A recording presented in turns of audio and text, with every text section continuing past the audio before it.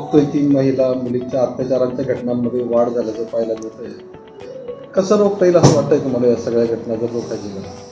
आपण ना नुसतं पोलिसांना दोष देतो. मला असं वाटतं की बऱ्याच वेळा ना म्हणजे मी पण आजूबाजूचे लोक आहेत ना तेही जबाबदार आहेत. म्हणजे बऱ्याच वेळा आणि बघतो तर आपण या घटना घडत असतात. म्हणजे कोणाचा चुलत भाऊ असतो, कुठे आत्ते भाऊ असतो. आता गेल्या महिन्यात एक न्यूज पाहिली, वडील आपल्या 4 मुलींवर बलात्कार करत होते.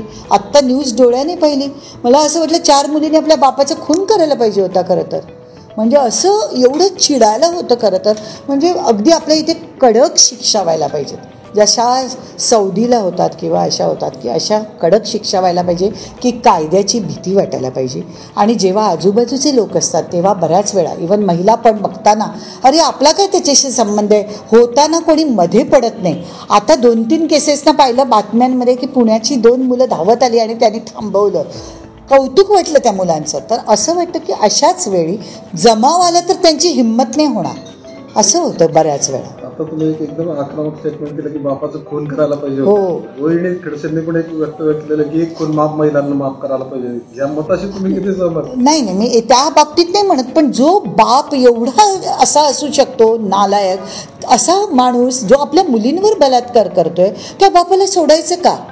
काय सोडायचं असं वाटतं. मग कायद्याची शिक्षा कडक तरी व्हायला पाहिजे. नाही तर 4 वर्ष फक्त आत जाणार आहे आणि बाहेर येणार. काय अर्थ आहे का त्या गोष्टीला?